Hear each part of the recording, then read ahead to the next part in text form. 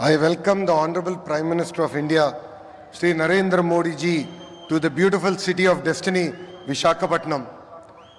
వేదికపైన ఉన్న ప్రధానమంత్రి గారు నరేంద్ర మోడీ గారికి, గౌరవ గవర్నర్ అబ్దుల్ నజీర్ గారికి, గౌరవ ముఖ్యమంత్రి చంద్రబాబు నాయుడు గారికి, నాకు అన్న సమానమైన పవనన్నకి,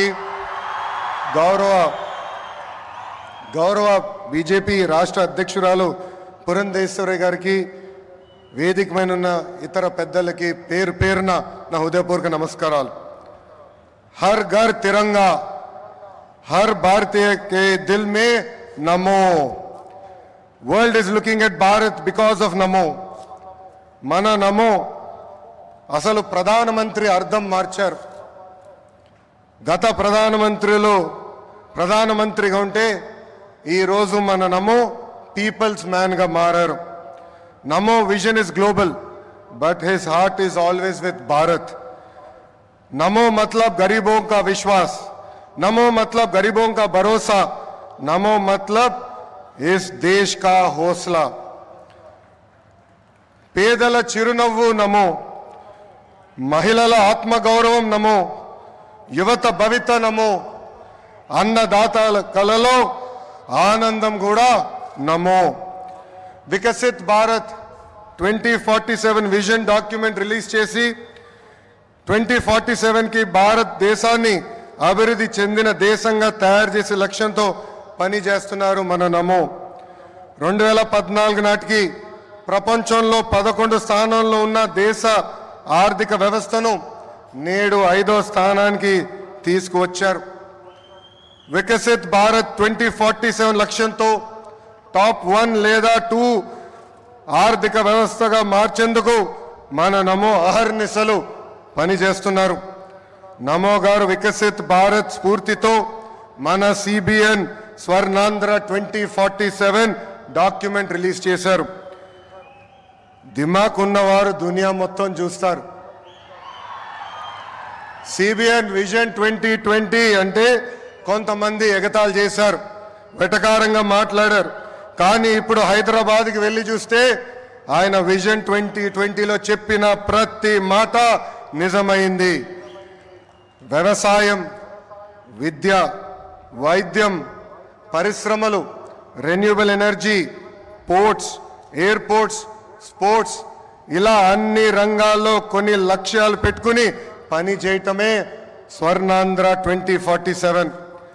గత ప్రభుత్వం అసమర్థ పాలన వల్ల ఆంధ్ర రాష్ట్రం వెంటిలేటర్ పైకి వెళ్ళిపోయింది. ప్రతి నెల 4,000 కోట్ల రూపాయలతో డెఫిసిట్తో ఆంధ్ర రాష్ట్ర ప్రభుత్వం నడుస్తుంది.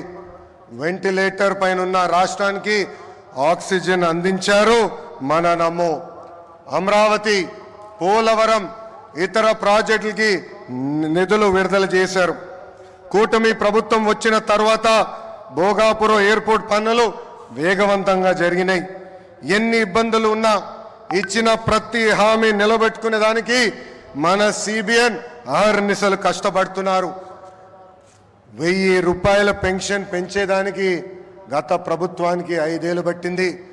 కానీ మన సిబిఎన్ ఒకే ఒక సంతకంతో పెన్షన్ 1,000 రూపాయలు పెంచారు. మూసేసిన అన్న క్యాంటీన్లు తిరిగి ప్రారంభించారు.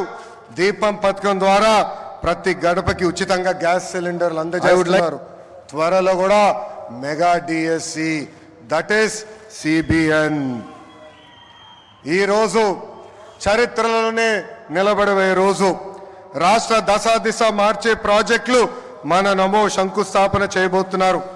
ఉత్తరాంధ్ర ప్రజల కోరిక రైల్వే జోన్. గత ప్రభుత్వం కనీసం భూమి కూడా కేటాయించలేదు. కూటమి ప్రభుత్వం వచ్చిన తర్వాత రైల్వే జోన్ ట్రాక్ ఎక్కింది.